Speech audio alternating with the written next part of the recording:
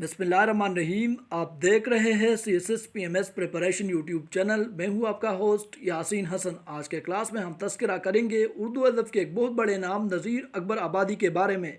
नज़ीर अकबर आबादी का असल नाम वली मोहम्मद था और दिल्ली में पैदा हुए। उनके वालिद का नाम सैयद मोहम्मद फारूक था।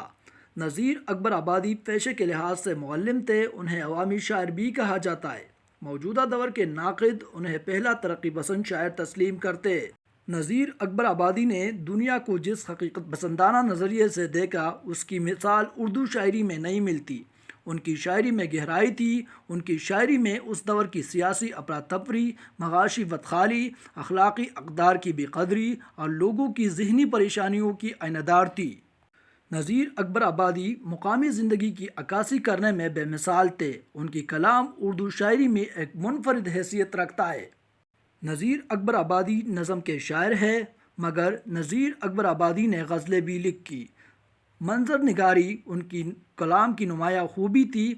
नज़ीर अकबर आबादी का कलाम पढ़ने से उनकी ज़माने की सच्ची तस्वीर निगाहों के सामने आ जाती थी।